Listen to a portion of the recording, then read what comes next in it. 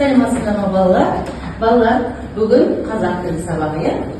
Ал енді балалар, бүгінгі сабағымыз ерекше өтіп тұр. Балалар, көңіл күйіміз қалай? Тамаша. Жарайсыңдар.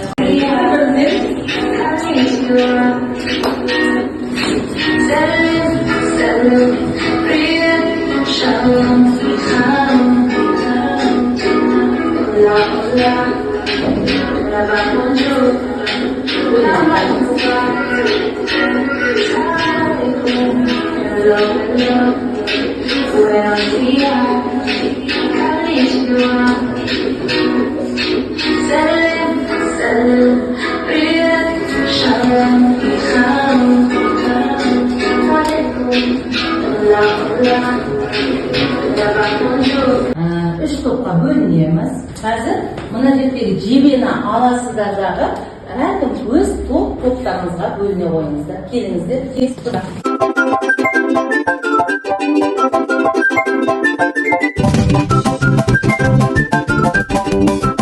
Алдында тұрған міне кубизмді алып лақтырамыз.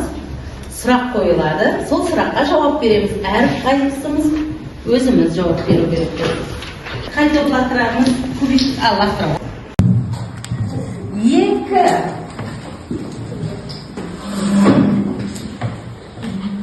Анаңның әкесі кім? Қол көтереміз өздеріміз. Нағашы? Ата.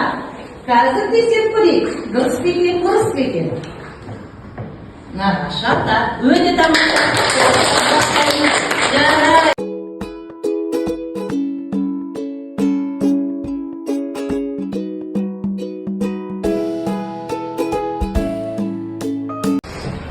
Бүгінгі тақырыбымыз зат есім. Кәнекей, зат есім белгілері. Тыңдап.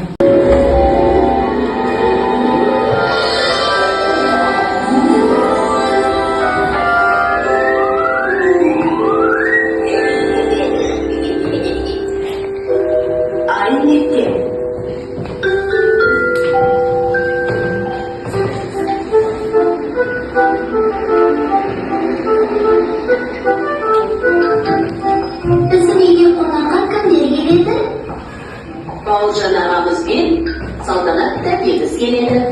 Ал не аламыз? Әртүрлі заттар аламыз. Әртүрлі заттар емес қой бұл. Ендіге Бұл азық түрлі. Тағы не аламыз? кейін жарар заттарды аламыз. Мыналар көкөністер. Дана, мына заттарға қандай сұрақ қойылады? Мынау не? Мыналар нелер?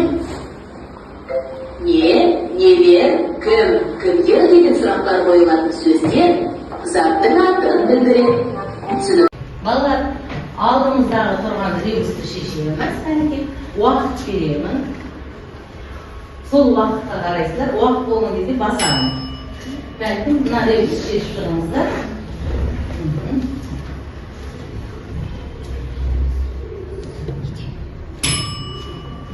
Тыйым сөз. Тыйым сөз. Кәнекей, тексеріп көрейікші. Өте тамаша. Қол шапалақтайын. Жарайсыңдар. Тыйым сөздер кімдер біледі? Қандай тыйым сөздер біледі? Үйде мамаларымыз, әжелеріміз, аталарымыз тыйым сөздер айтып отыра ма? Керегені керме дейді, қолыңды басына қойма дейді, түнде үйді сыпырма дейді. Дұрыс айтады, сол қолмен нан үзбе дейді. Тағы да қандай? Аяқты көтерме дейді. Өте тамаша. Түнде тырнағыңды алма дейді. Өте тамаша. Тағы қандай дейді? Үйге қарай жүгірме дейді. Өте тамаша.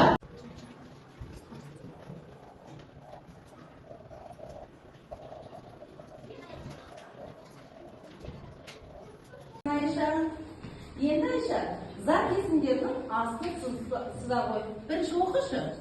Сол қолмен нанды үзбе. Зат есімі қайсы осы жерде? Не қолмен. Жарайсың. Тағы да затесің бар ма? Ни, и. Өте тамаша. Қол шапалақтаймыз балалар. Бірінші топ. Жарайсың. Жақсы.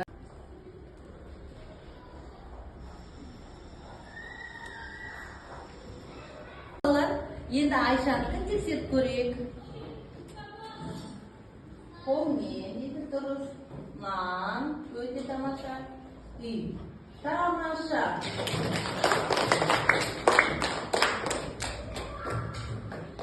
Балалар, енді диктофон әдісін жұмыс істейік. Алдымызда тұрған міне барлықтарыңызға алдарыңызда бір диктофон тұр.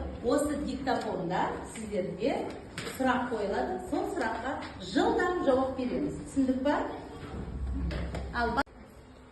Ал екінші топ баса ғой. Сипаттар дегеніміз не? Сөздер мағынасына қарай бірнеше сөз тобына бөлінеді. Өте тамаша. Үшінші топ. Балалар, мына алдымызда білім қоржыны тұр. Білім қоржынында асықты аласыздар.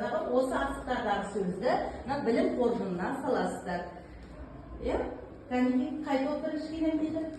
Келе ғой. Тез жылдан. Не? Қолғап.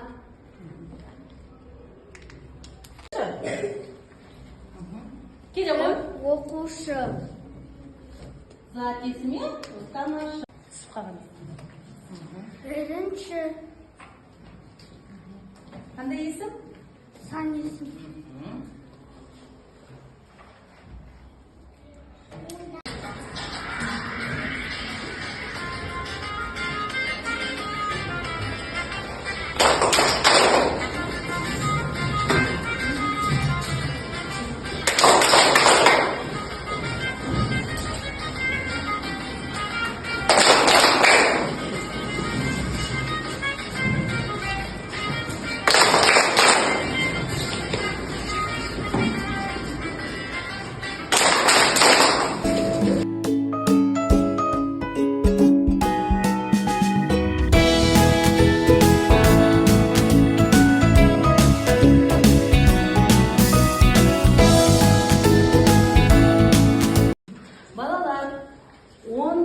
жаттығуға қараңыздаршы, сурет бойынша әңгімені құрастыр дейді. Бесікке салу рәсімі туралы энциклопедиядан қара, немесе үлкендерден сұрап ал дейді. Кәнекей балалар, тыңдай қойыңыздар.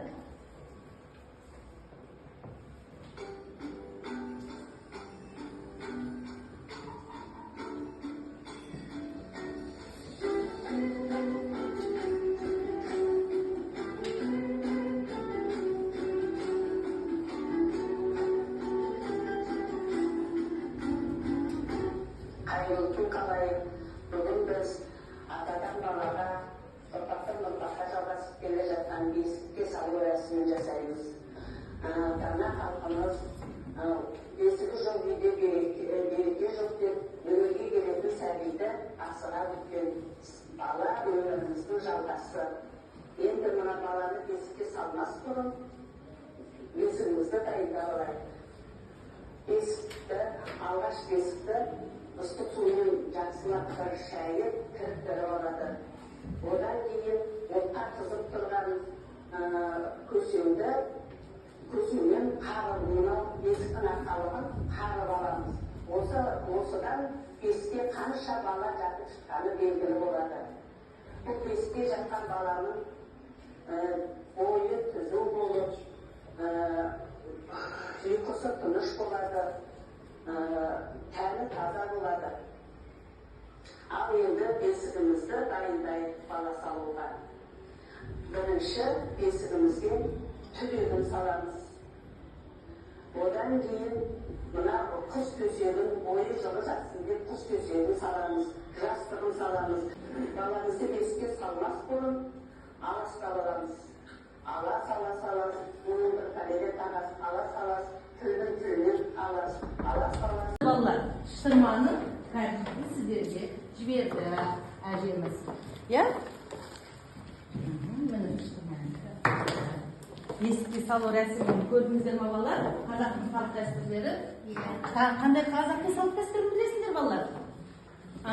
Кім айтады? Бесікке салады, кішкентай балалар, сосын не істейді? Айтады. Бірінші қырқынан шығарады. 16-шы тапсырмаға қараймыз. Мәтінді оқимыз. Кәлекей маған мәтінді шақылыз оқи қойшы, дауыстап. Бесік қасиетті бөлік, жаңа туған сәбиді бесікке бөлейді. Осы кезде бесік жыры айтылады. Бесік жыры айтылады екен. Енді балалар бітеді. Кім не сұрағына жауап беретін сөздерді топтап жаз дейді. Кәлекей жазасыздар. Кім не? Не? Бесік. Дұрыс па? Мүлік. Өте тамаша. Сәби. Сәбиге қандай сұрақ қойылады екен? 17-ші жаттығуға қараңыздар, балалар. Өлеңді жаттап ал дейді. Кәдімгі бәріміз бірге оқимыз. Әлди, көкешім. Әлдишейін көкешім. Тербетейін жара ғой, тәтті юғара ғой. Зат есімді табыңыздаршы. Зат есім. Бұл жерде. Оқи қойыңыздар. Бөпе. Кім? Бөпе. Тамаша. Міне. Тағы да. Зат есім бар ма екен осы жерде?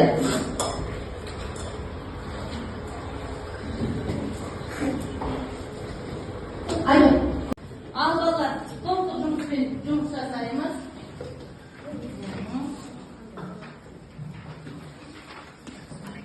Кәнекей, топтық жұмысты қорғаймыз. Балалар, енді білім сандығы тұр алдымызда.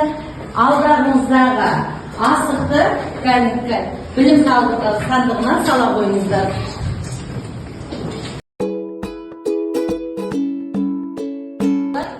Бүгін сабақ сіздерге ұнады ма? Тамаша балалар. Ал енді балалар, сіздерді бағалаймын. Кәнекей бағанаға бәйгіні қанша бәйгі алдыңыздар? Санап шығыңыздар шалдарыңыздағы. Санайыңыздар. Қанша алдыңыздар? Кәнекей санайыңыз. Тамаша балалар, міне Гүлсезім, міне бағалап жарайсың 10 балл.